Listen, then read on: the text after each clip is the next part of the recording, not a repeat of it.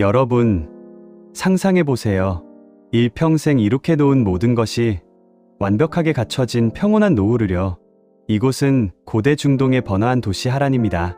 아브람은 75세라는 적지 않은 나이에 넉넉한 재산과 사랑하는 가족들에 둘러싸여 안정적이고 평화로운 일상을 보내고 있었습니다. 이 도시의 익숙한 공기, 매일 아침 인사를 나누는 이웃들, 그리고 자신이 평생 일구어온 튼튼한 울타리 안에서 그의 삶은 흔들림 없이 고요했죠. 새로운 모험이나 변화를 꿈꾸기에는 너무 늦었다고 생각할 법도 한 나이였습니다. 하지만 어느 고요한 밤, 아브람의 영혼을 송두리째 뒤흔드는 거대한 사건이 찾아옵니다. 온 우주를 지으신 창조주 하나님의 음성이 그의 마음속에 깊고도 선명하게 울려 퍼진 것입니다. 너는 너희 고향과 친척과 아버지의 집을 떠나 내가 내게 보여줄 땅으로 가라. 그 음성은 너무나도 따뜻했지만 동시에 거역할 수 없는 압도적인 권위와 사랑을 품고 있었습니다. 하나님은 아브람을 통해 큰 민족을 이루고 그를 세상 모든 사람들에게 복을 전하는 축복의 통로로 삼겠다고 약속하셨습니다. 날이 밝자마자 아브람은 가족들을 불러보았습니다. 우리는 이곳을 떠나야 하오. 하나님께서 말씀하셨소. 목적지가 어디인지, 가는 길이 얼마나 험난할지 아무것도 알지 못했습니다. 그저 내가 보여줄 땅이라는 막연한 약속 하나뿐이었죠. 상식적으로는 미친 짓이었습니다. 하지만 아내 사레와 조카 롯은 아브람의 눈빛에서 인간의 고집이 아닌 하늘을 향한 깊은 신뢰를 보았습니다. 그들은 익숙하고 안전한 모든 것을 내려놓고 보이지 않는 약속을 향해 짐을 꾸리기 시작했습니다.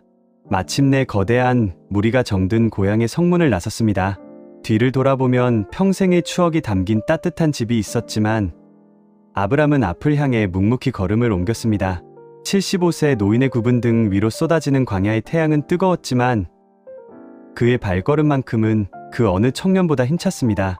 불확실한 미래를 향해 내딛는 이 위대한 순종의 첫걸음이 훗날 온 인류를 구원할 기적의 씨앗이 될 줄은 아무도 알지 못했습니다. 수많은 날들을 걷고 또 걸어 마침내 아브람 일행은 가나안 땅 세겜에 도착했습니다.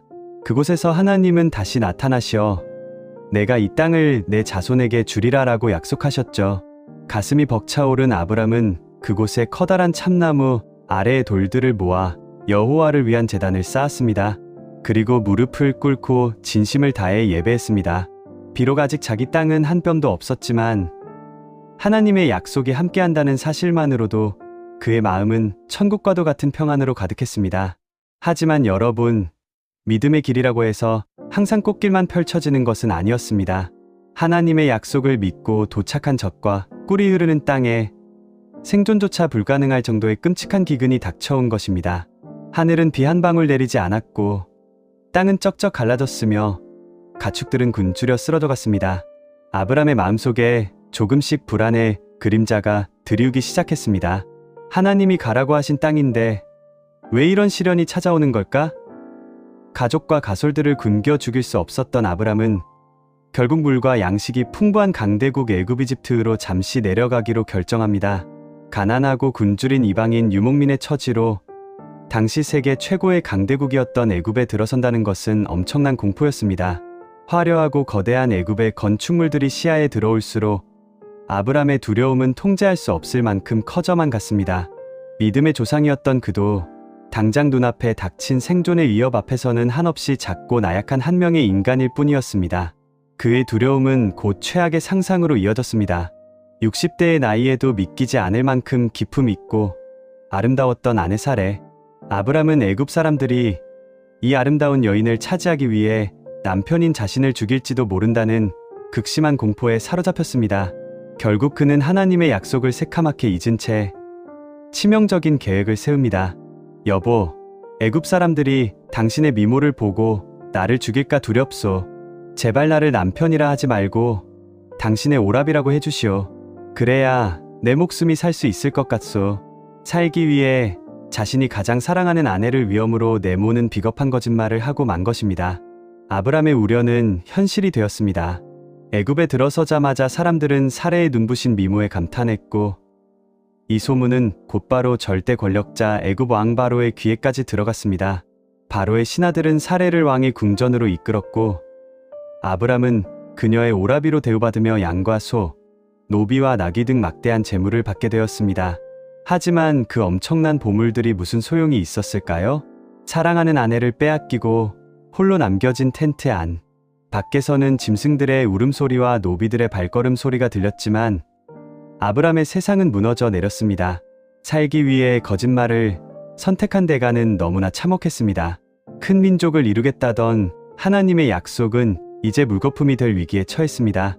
자신의 나약함과 불신앙이 모든 것을 망쳐버렸다는 뼈저린 자책과 절망 속에서 75세의 노인은 어두운 밤하늘을 보며 피눈물을 흘리고 있었습니다. 과연 이 깊은 절망의 끝에서 아브람은 다시 일어설 수 있을까요? 화려한 궁전에서 남몰래 흘리던 눈물이 채 마르기도 전 하나님의 위대한 일하심이 시작되었습니다. 애굽 왕 바로는 세상 누구보다 강력해 보였습니다. 하지만 그의 마음속에는 설명할 수 없는 불안의 그림자가 드리우고 있었죠. 이것은 단순한 기분이 아니었습니다. 갑작스럽게 애굽 왕 바로와 그의 온 집안에 끔찍한 재앙이 들이닥쳤습니다.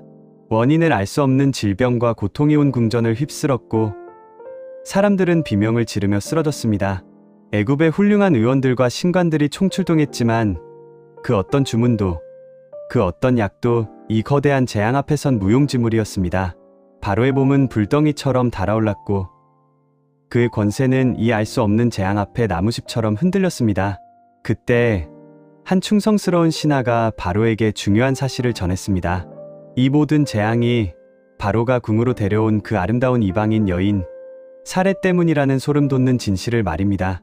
바로 그 순간 바로는 깨달았습니다. 자신이 건드려서는 안 될 천지를 주관하시는 위대한 신의 영역을 침범했다는 사실을요. 그는 공포에 떨며 아브람을 당장 궁으로 불러들이라 명령했습니다. 애굽 왕 바로 앞에서 아브람은 자신의 비겁함을 대면해야 했습니다. 바로는 아브람을 심하게 꾸짖었습니다. 내가 어찌하여 나에게 이렇게 행하였느냐? 왜 그녀를 내 아내라고 말하지 않았느냐? 얘가 어찌 그녀를 누이라 하여 내가 그녀를 데려다가 아내를 삼게 하였느냐? 아브람은 이방 왕이 입술을 통해 자신의 비겁한 거짓말을 고스란히 돌려받아야 했습니다. 바로는 더 이상 하나님의 진노를 감당할 수 없었습니다. 그는 사례를 아브람에게 돌려주었습니다. 자, 내 아내가 여기 있으니 당장 데리고 가라. 아브람은 꿈에 그리던 아내를 무사히 돌려받았고 사례의 손을 잡은 순간 안도와 죄책감 그리고 하나님의 은혜에 대한 감격이 동시에 밀려왔습니다. 바로는 단순히 그들을 돌려보내는 것에 그치지 않았습니다. 그는 군사들에게 아브람과 사례 그리고 그에게 속한 모든 것을 안전하게 호위하여 애굽에서 떠나도록 명령했습니다. 혹시라도 하나님의 진노가 다시 임할까 두려웠기 때문이죠. 아브람은 애굽으로 내려갈 때에 두려움에 떨던 노인이 아니었습니다. 그는 막대한 재물과 가축을 이끌고 애굽을 나섰습니다. 이 모든 것은 그의 능력이 아니었습니다. 그의 연약함을 덮으시는 하나님의 신실하신 약속 때문이었습니다. 사랑하는 여러분, 때로는 우리도 아브람처럼 넘어지고 실수할 수 있습니다. 현실의 두려움 앞에 비겁한 선택을 할 수도 있습니다. 하지만 기억하세요. 하나님은 우리의 연약함보다 훨씬 더 크고 강하시다는 사실을요. 우리의 자격 없음에도 불구하고 당신의 약속을 끝까지 지키시는 그 위대한 사랑의 여정은 이제 막 다시 시작되고 있었습니다. 오늘 이야기가 여러분의 지친 마음의 작은 쉼표가 되었길 바랍니다. 구독과 좋아요로 이 따뜻한 공간을 함께 응원해주세요. 남은 시간도 평안하고 따뜻하게 보내세요. 감사합니다.